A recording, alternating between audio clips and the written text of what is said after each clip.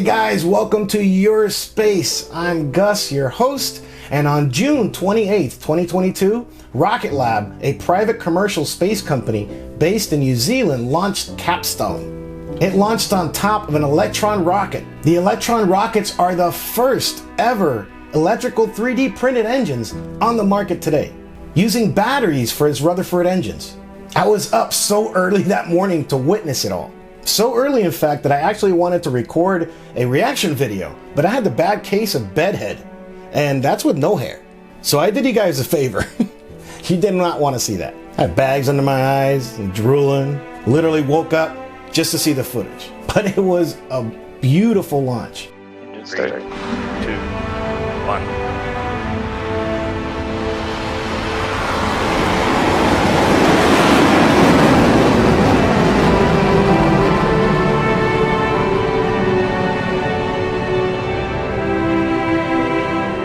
I just really wish they would have had real footage instead of animation, but Rocketlab sometimes posts those at a later date. I wouldn't know why they wouldn't do it with this important mission.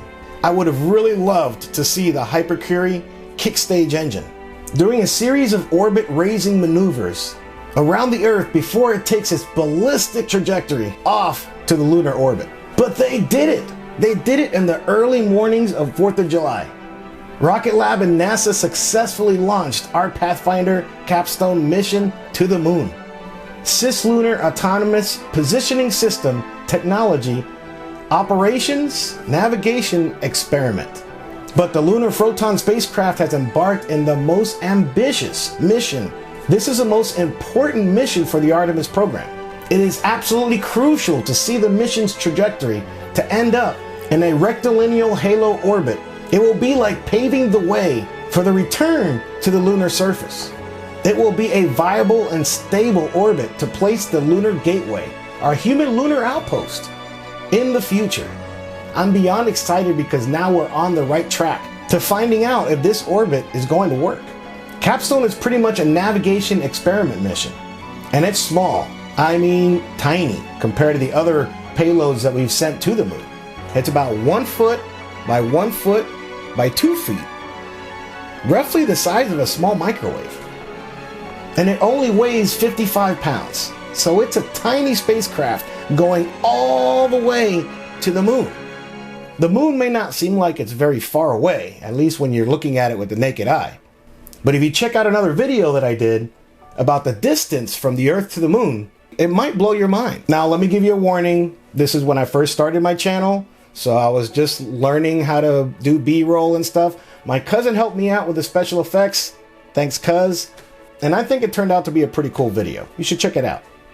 It's quite shocking, but I think you will find it entertaining. This CAPSTONE mission will last 6 months to test the lunar orbit never done before. If all goes well, Gateway will follow the same path and set itself on the same orbit around the moon.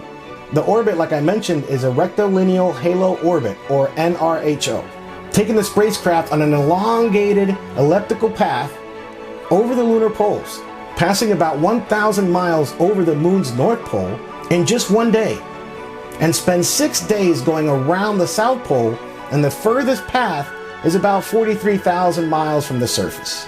NASA chose this orbit because it's highly stable and somewhat close to the moon. It requires minimal energy to maintain, putting the spacecraft at a perfect balance between the gravity of Earth and the moon. But most importantly, the halo orbit keeps the Earth in sight at all times, helping keep communication open with ground stations all the time here on Earth. Once CAPSTONE reaches the moon, it will communicate with the Lunar Reconnaissance Orbiter, which was launched in June of 2009. That spacecraft was sent on an Atlas V rocket. It took 4 days for it to reach the moon, to map out possible landing sites and collecting detailed information about the moon and its environment. CAPSTONE will now be its new roommate. And just 2 days ago, they actually did the burn.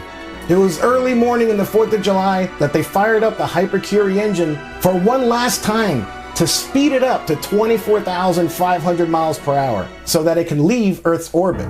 The burn lasted roughly around 25 minutes or so. Then at shutdown, before CAPSTONE separates from the proton stage, sending it to the moon. These burns are the most important milestone of this mission. Without them, CAPSTONE will not break the gravity of Earth. I'm sure NASA is really pleased and excited about this whole mission with Rocketlab. NASA is thrilled to be partnering with several small businesses to make this mission happen. Together, we are expanding the reach of small businesses, small spacecraft, and small launch vehicles. It's almost like returning to the moon in the 60s and 70s, but on a different roadmap. I'm beyond excited to learn more and more about how this particular mission paved the way for the future that is yet to come. I hope you all come along with this journey with me. I would greatly appreciate a like in this video. That way it could spread to other space fans like yourself. And share the video with the community. I'm always down to meeting new people. Subscribe to keep up to date with all the important things that are going on in your space. You guys take care. Thank you for watching. Catch you later.